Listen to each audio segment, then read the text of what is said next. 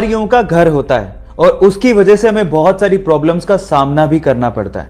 लेकिन गाइस, मैं आपको आपकी जानकारी के लिए बता दूं कि जो लोग स्लो ईटर्स होते हैं, मतलब जो खाने को धीरे धीरे चबा के इत्मीनान से खाते हैं, उनके मोटे होने की संभावना काफी कम होती है। लेकिन मोटे लोगों के साथ ऐसा नहीं होता है। मोटे लोग, आपने कभी गौर किया हो तो वो बहुत ज्यादा फास्ट खाते हैं, चबा के नहीं खाते। इस वजह से उनके मोटापे की प्रॉब्लम और ज्यादा बढ़ते जाती है।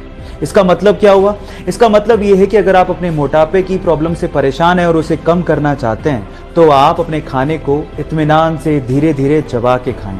आपने कहावत तो सुनी होगी, 32 बार चबा के खाना, जिससे आपका जो खाना होता है वो अच्छे से क्रश हो जाता है। और ये करने से, इस हैबिट को अपनाने से आप अपने मोटापे को कंट्रोल कर सकते हैं। ये इंटरेस्टिंग फैक्ट जान के आपको कैसा लगा, चैट सेक्शन में लिखना मत भूलिएगा।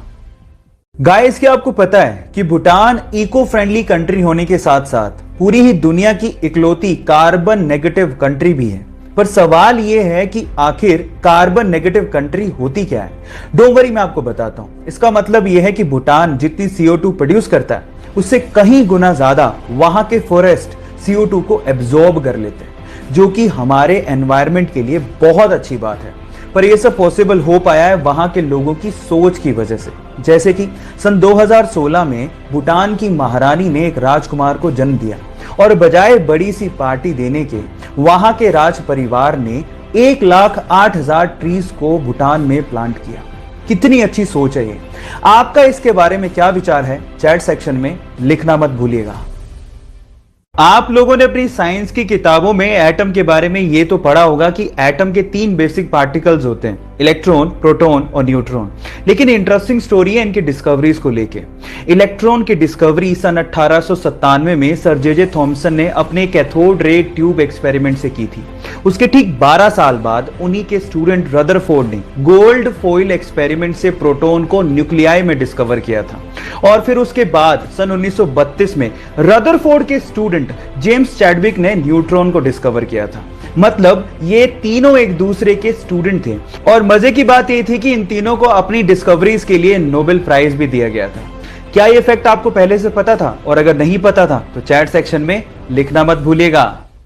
हुंडई दुनिया की सबसे बड़ी कार मैन्युफैक्चरिंग कंपनीज में से एक है। आप लोगों ने इसका लोगो तो देखा ही होगा, लेकिन क्या आप इस लोगो का मतलब जानते हैं?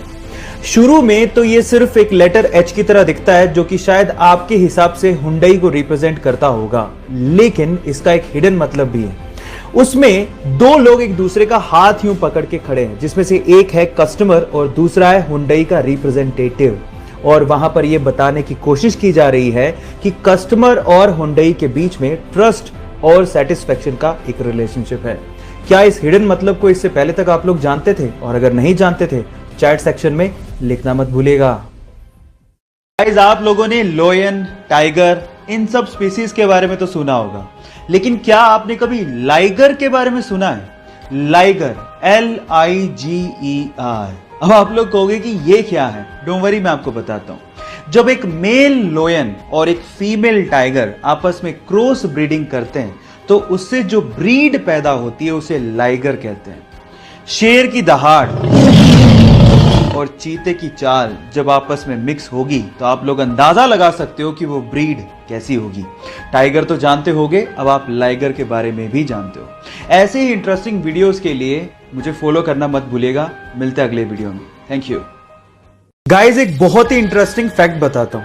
अमेरिका के आर्कनसास में एक डायमंड की माइन है जो कि पब्लिक के लिए ओपन है। मतलब यह कि वहां पे कोई भी जा सकता है, डायमंड को ढूंढने की कोशिश कर सकता है, और अगर डायमंड मिल गया तो वो डायमंड उसका। इस माइन का नाम है crater of diamond state park, जो कि 911 एकड़ में फैला हुआ है।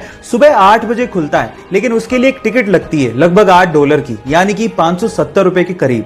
और वहां पर आपको डायमंड कैसे खोजा जाता है वो भी सिखाया जाता है।